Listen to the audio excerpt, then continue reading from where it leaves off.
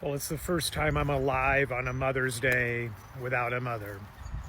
Definitely a day I was dreading for a long time through my life. You know, no one wants to lose their mother.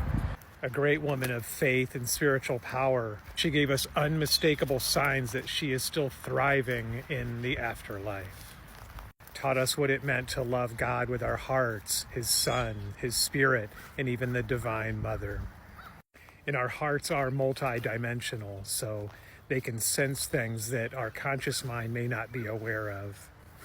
And that's why I prayed for a long time that my heart would become aware of when my mom would pass, so that I could have time to pray, to meditate, to prepare myself emotionally to let go of the person who brought me into this world.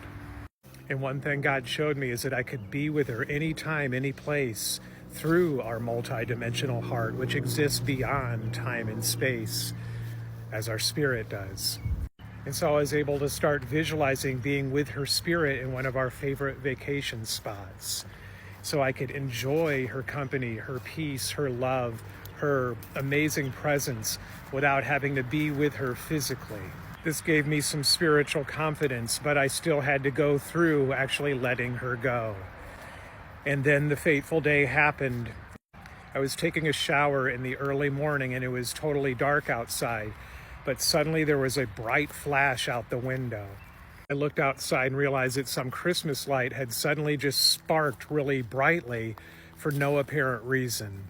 But my intuition knew in that moment that was the sign. And I even questioned maybe that was her actually passing, maybe she was leaving. But I kind of knew deep down, no, you asked to be warned first. That was your warning. And so I began to get prepared. I began to go into deep meditation, into deep prayer, into deep visualization with her spirit. And I felt her presence with me. It was unlike anything I've ever experienced. We then received the call that she only had a short time left.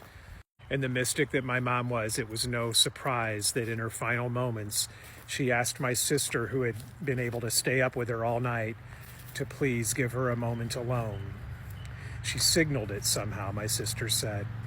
She then gazed out the window quietly, staring, I'm sure connecting with Jesus, with her divine guides, because she was at utter peace, according to my sister.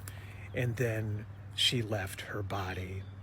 My brother said it was probably as if Jesus himself lifted her out of her body. And they say the spirit is very active, especially in those 90 days after the passing. They want to see what happens. They want to make sure everybody's okay. My wife and I were traveling through Nashville, Tennessee. That's where my mom and dad met. And suddenly, as soon as we got there, lights started flickering all over the place. At the Parthenon, at a coffee shop, this light right above our heads just starts flickering. At the Airbnb, literally lights in different buildings started just going on and off. Above us, below us, all around us. We finally just said, hey Mom, how's it going? And the ultimate miracle happened as we left Nashville.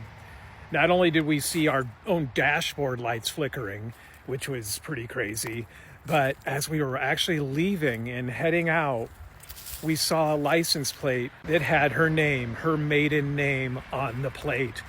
I hadn't seen a name on anyone's plate for months that I could remember. Yet here I was coming out of Nashville where she met my father. And I saw her maiden name on that plate. Some kind of divine sign that yes, things continue. The party goes on. And the biggest key is to all of this, be open to the Spirit, open your heart, be open to the signs that God gives us. If you think about it like a spirit might, it makes a lot of sense. Would you waste a lot of time showing a skeptic some signs and wonders? Maybe not. You might try a little bit though. However, if there was somebody who did have that open heart, who did have that faith, who was open to seeing the signs, that's when they show up. And Mom, I will keep looking. I know you're out there. And this is for everyone who has already lost someone they love or will eventually someday. They're listening when you call their name, and they can be with you anytime. that you feel that love in your heart, for that is eternal. People, get ready. There's a train a-coming.